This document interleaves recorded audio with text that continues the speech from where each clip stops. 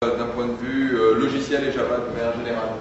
Alors d'abord, le premier point, c'est que vous ne pourrez plus, si on est que vous choisiez, pirater des logiciels Sun. Alors tout d'abord, un petit mot sur ce que j'entends par logiciel. Alors, essentiellement, les logiciels de middleware, ce qu'on regroupe sous l'appellation Java Enterprise System, qui est cette suite intégrée de logiciels qui vont du serveur d'application en passant par le portail, l'annuaire, la gestion d'identité. Il y a toute une suite d'une bonne quinzaine de produits dedans. Multiplateforme qui tournera sur Solaris, Windows, HP UX, Linux. Et bien donc ça c'est notre offre intégrée. Elle est vendue à l'employé éventuellement si c'est ce que vous voulez. On peut la découper également par suite.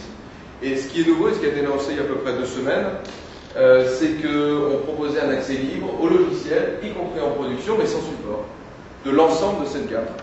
Donc y compris la version Enterprise Edition du serveur d'application, également de la suite d'intégration que l'on vient d'acquérir, qui est d'origine Symbian. Sun a acquis la solution, cette société, il y a de ça quelques mois maintenant. Donc on a une nouvelle plateforme de téléchargement pour l'ensemble de ces briques logicielles, et vous pouvez aller jusqu'à la production si vous ne voulez pas de support. Si vous voulez du support, retour à la case départ, c'est-à-dire à l'achat, soit au CPU, on continuera à avoir des prix à la CPU, à la boîte aux lettres, à la machine, à tout ce que vous voulez. Voilà. L'idée c'est de mettre le moindre barrière possible à l'utilisation ou à l'évaluation de nos produits, en particulier quelque chose d'assez concret, c'est qu'on n'a plus aucune clé dans aucun de nos produits. Donc ça c'est le premier slide, plus que 3. Le deuxième, c'est juste repréciser quelque chose en termes de roadmap. Donc Tiger, Java 5, ça fait un petit peu plus d'1 an que c'est sorti, donc ça date de septembre 2004. Mustang, donc Java 6, c'est on va dire printemps 2006 dans ces eaux-là, pour pas trop se mouiller, mais ça sera avant l'été en tous les cas. Et puis l'autre chose, l'autre gros truc qu'on a sur le feu, c'est Java EE5. Alors au passage, vous verrez les différences de notation. On parle plus de J2SE ou de J2EE à partir de maintenant. Et puis on a changé la numérotation. C'est plus du 1.4, on passe à 5, 6, 7. On va Java Marketing chez nous qui ont fait ça. Mais c'était vrai, c'est vrai que le J2EE, le 2, faisait référence à une version qui date de 1999. Donc c'était la version 2, mais la version 5. Donc, peut-être un petit peu plus clair maintenant, au moins pour ceux qui arrivent. Java E5, on enlève le 2, Java E5, printemps 2006, à peu près également, avec, en tous les cas, d'un point de vue développeur, 2 évolutions majeures. La première, ce sont les EJB3 qui auront 2 pans. Le premier, c'est le passage au modèle de Pojo, donc le Plain Old Java Object, on va rentrer dans les détails ici.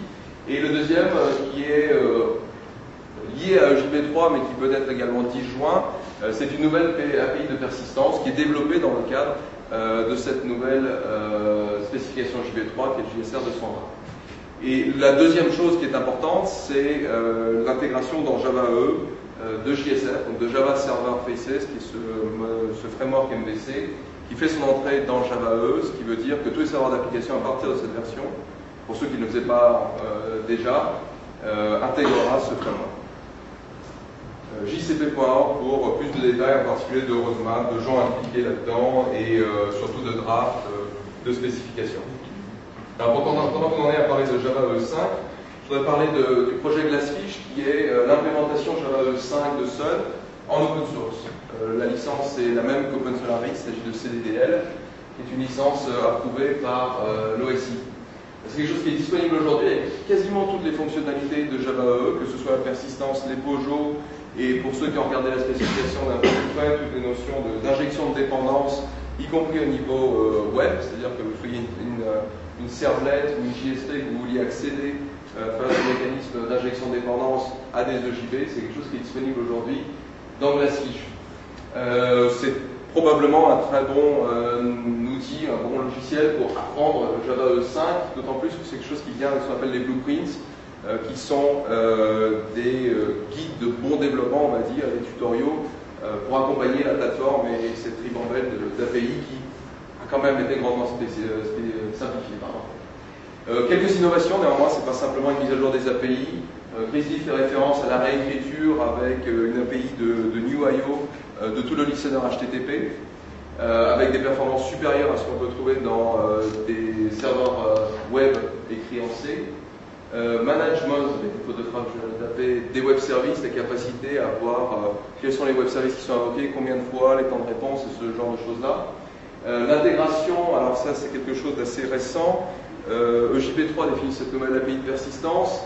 Ce que l'on a, on a besoin d'une implémentation, donc dans Toplink et dans Glassfish, et bien cette implémentation, eh bien c'est Toplink. Ça veut dire que puisqu'on est dans le cadre d'un projet open source, Oracle a donné Toplink, ou au moins une partie substantielle, de quoi implémenter l'API de persistance EJB3 à Toplink, et c'est quelque chose qui est intégré aujourd'hui dans Glassfish. C'est également quelque chose qui est utilisable en standalone, c'est-à-dire indépendamment du container, de J2E et des EJB, donc dans un environnement au type J2SE, Swing par exemple.